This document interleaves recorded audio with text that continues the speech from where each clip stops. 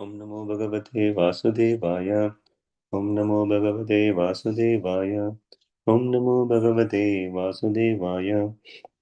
Narayanam Namaskritya Naram Chaiva Narottamam Devim Saraswatim Vyasam Tato Jayamudirayet Shrinvadam Sukata Krishna Punya Shravana Kirtana Hridayantasto Hi Abhadrani Vidunoti Suhritsatam Nashtaprayushabhadreshu Nityam Bhagavata Sevaya Bhagavater Shloke Bhaktir Nishtikhi. Reading from Srimad Bhagavatam, Canto 4, Chapter 28, Texts 56, 57 and 58. Text 56. Pancharamam Navadvaram Ekapalam Trikostakam Satkulam Panchavipanam Panchaprakriti Stridhavam Pancharamam Navadvaram Ekapalam Trikostakam Satkulam Panchavipanam Panchaprakriti Stridhavam Pancharamam Navadvaram Ekapalam Trikostakam Satkulam Panchavipanam Panchaprakriti Stridhavam. Translation by His Divine Grace Srila Prabhupada. Srila Prabhupada ki jai.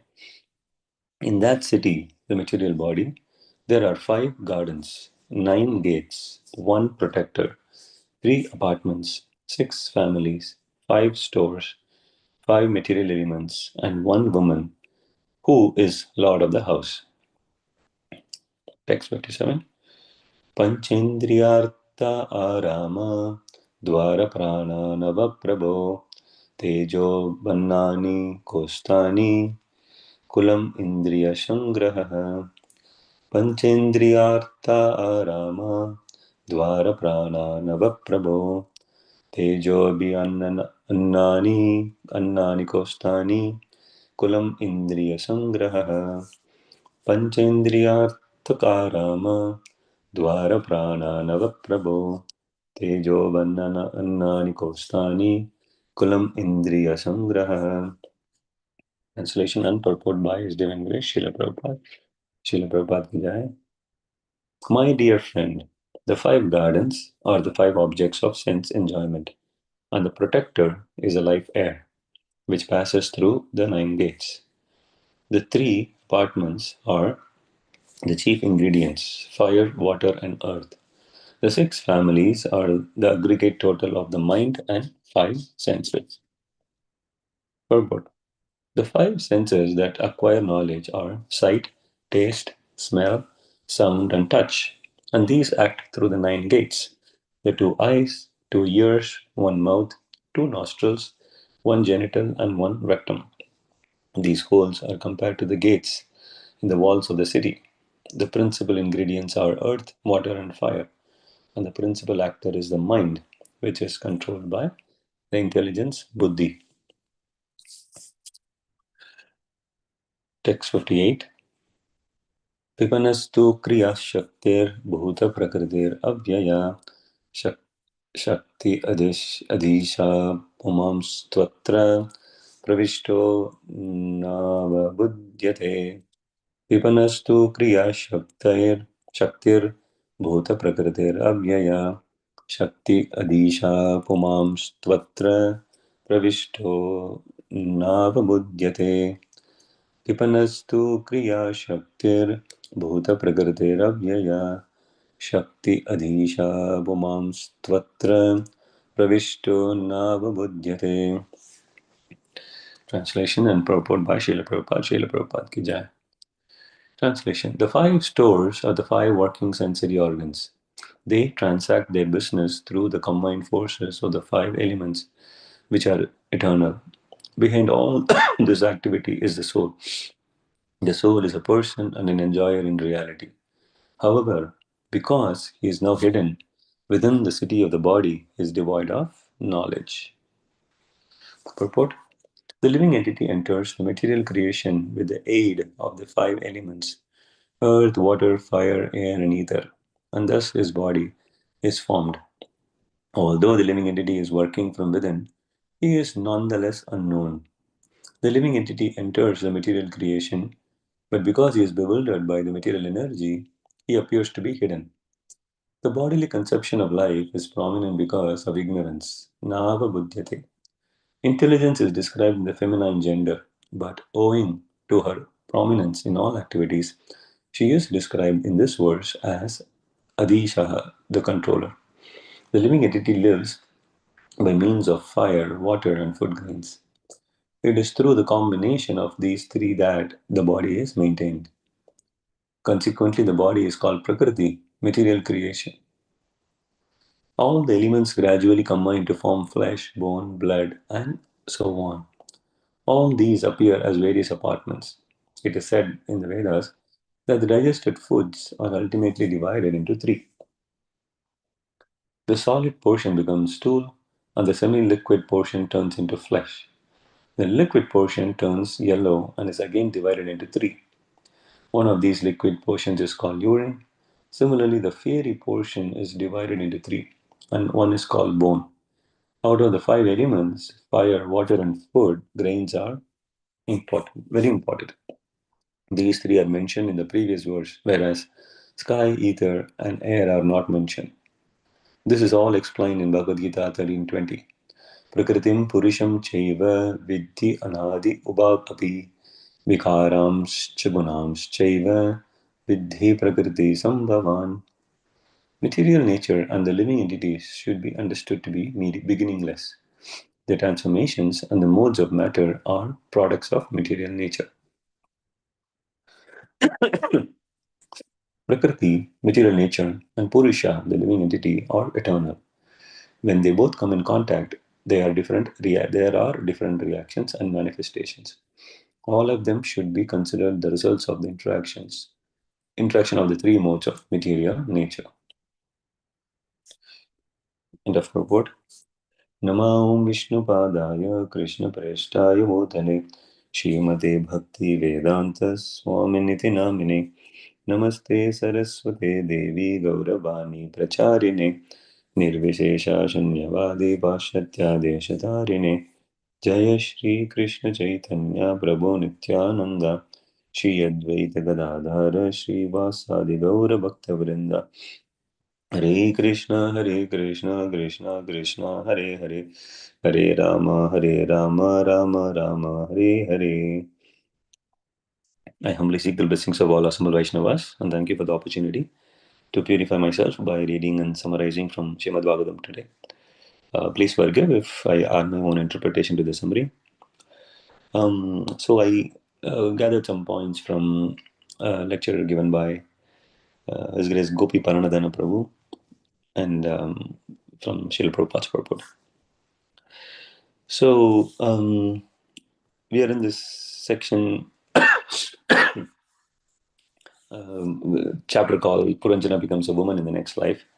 And we have seen so far that King Puranjana in his previous birth, because he was so much attached to his wife and he was thinking of his wife, and then he took birth as the daughter of King Vidarbha, and then he got married to a very pious king. And after the death of that king, um, the wife was very desolate. She was alone, and that's when this old Brahmana is coming and talking to her. So we see from the explanations here that the old friend is Krishna as a Paramatma, and then uh, because the queen is so sad, now the Paramatma, who is always the witness, the approver, has come in the form of the Brahmana to give spiritual instructions to help her realize her actual self. So we see here that we are kind of reaching the end of the story told by Narada Muni to Prachini Barhishat. And then, although typically Srimad Bhagavatam mostly talks about real stories, I mean, this is one example where this is kind of a fictional story. But again, as we saw many times so far, or we have heard in the section so far, that Narada Muni wanted to convey this message to King Pachini Barigishad, and then he used this allegorical story to teach him kind of the lesson. And we know King Puranjana was not a real person, but the whole fictional story was created to convey the message um, in a way that the King Prachini Bargishad can understand what he is doing, where he is, and what he can do next. So we see here that the super soul that is always within one's body is always accompanying the individual soul. And then we also see from like Bhagavad Gita 15:15 that um, super soul from within gives the remembrance, knowledge, and forgetfulness. Krishna says that in the Bhagavad Gita verse. So we may wonder, like, how are we remembering things because of the super soul? I mean, in fact, if you think about it, without the direct help of the super soul, a living entity cannot remember anything. For example, if we get up in the morning and we remember what our responsibilities are, who we are, who our family members are, and that intelligence, that remembrance is given by the super soul. Similarly, super soul, we hear that it also helps with forgetfulness, and we may wonder how. Again, as we hear, we are living entities. We have taken births millions of times in this material world. We could have taken millions of births, but we don't remember anything from the past. We don't remember the horrible things that happened to us in the past, like how people treated us in a bad way, or how we treated others. How did we cause pain? How did we experience pain during birth, death? All from the past. These, if we remember, will terrify us. In fact, Krishna as a super soul is helping us by not making us remember all these horrible things, so we may lead a normal life. In fact, I remember, I think Nampriya Mataji was sharing 2 days ago that it's like how kids, when they kind of approach teenage, they want to be independent. So it's very similar here that typically, if you see kids, they're very attached to the parents early on, and they want to do everything with the parents. They want parents' attention. But at some point, when they become close to teen, they want to be independent. They don't want parent to be part of their activities. I mean, we were in Seattle 3 weeks ago, and we visited a friend family, and this exactly was what my friend said. He said. His daughter, who was traveling to school by school bus every day, like 2 3 years ago, she wanted either dad or mom to come with her, and then send her off, and then say hi, give her a hug when she boards the bus, and all like that. But then recently, since this year, when she became like 12 or 13, she wanted her parents not to come at all. She said, "Oh, it's very embarrassing for you to come with me. And none of my friends' parents come, and if you come, it makes me feel like a small kid, and I don't like that in front of my friends, and please don't come." So that's what she said. But although my friend or his wife, because they are so protective of her, so they send her alone. But then, like behind, without her knowledge, they walk sometimes to make sure she is safe and she boards the bus, and then they come back. So I mean, this is very similar to what we are seeing here. That I mean, initially we were with Krishna, and we were enjoying that relationship, but somehow we became envious of the relationship, and then we wanted to enjoy separately, and we came here to this material world. But again, Krishna, being so kind, he's always with us, watching us without disturbing our desires and intentions. So that's kind of, I just remembered that whole discussion I had with my friend. But again, from this section, there are very important lessons that come out. In fact, Prabhupada said that Paramatma is like doing everything from within. Like, how does a baby deer know to drink milk from her mother as soon as she comes out? Or how does a baby spider know to build webs as soon as they are born? It's not like the mother spider teaches a class on, yeah, let's learn how to build webs.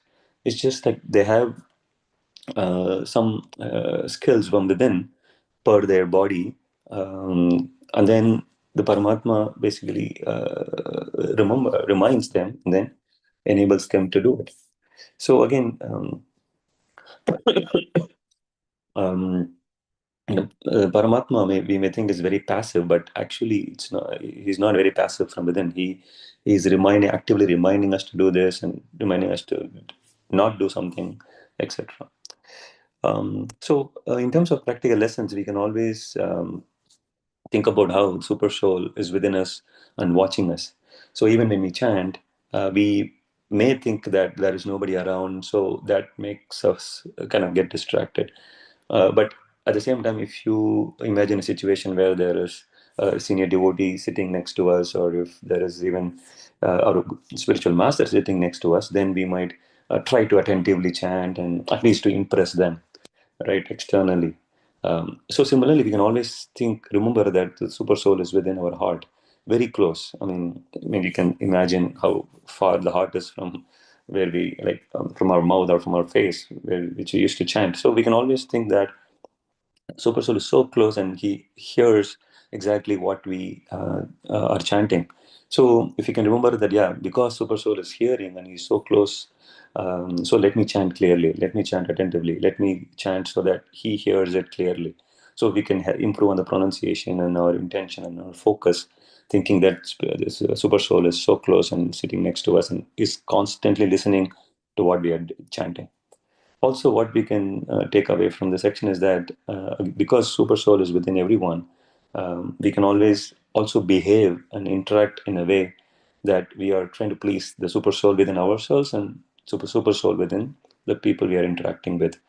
Um, because most of the times we just treat a person externally, and then we uh, express some hard feelings or maybe not so good words, and so we can always imagine again, remind ourselves that our super soul is there within them, and then we should be acting in a way that we please that super soul. And finally, again, we are so fortunate. I mean, we should be so fortunate, especially who have come in contact with Srila Prabhupada's teachings and the Gaudiya Vaishnava teachings. That, I mean, although so many people are there out in this world, they also have super soul within them, but they don't just have that knowledge. But we have this knowledge, and we should foster this knowledge and leverage, in the sense that, oh, because we know that super soul is within us, how can we please us? Because we hear again and again in this section and all Acharya's comments that the only way to get out of this material world is to please the Supreme Lord, and Supreme Lord is non-different from the super soul within. And because we are also living entities, we are individual entities, and we have always, as the purport says today, or the last, the Bhagavad Gita 13:20 translation says, Prabhupada quotes here that the material nature and the living entity should be understood to be beginningless. So we have always been there. But being living entities, we have a choice. We have like the Tatastha Shakti. We can either engage with the material nature and then get entangled here, or we can also engage with the spiritual nature and then go back home, back to Godhead. And the best way to do is that we chant and practice devotion service in a way that we please the super soul within ourselves, which is very, very close. And So we have been given this easy process, and we can try to leverage this and then purify ourselves and become perfect even within this life if we take to this process seriously. And Srimad Bhagavatam is helping us and reminding us of this process every day in every verse. And again, we should be so fortunate, and we should try to practice this to our best of our capability. With that, I'd like to conclude the summary. Thank you for the opportunity, Hare Krishna.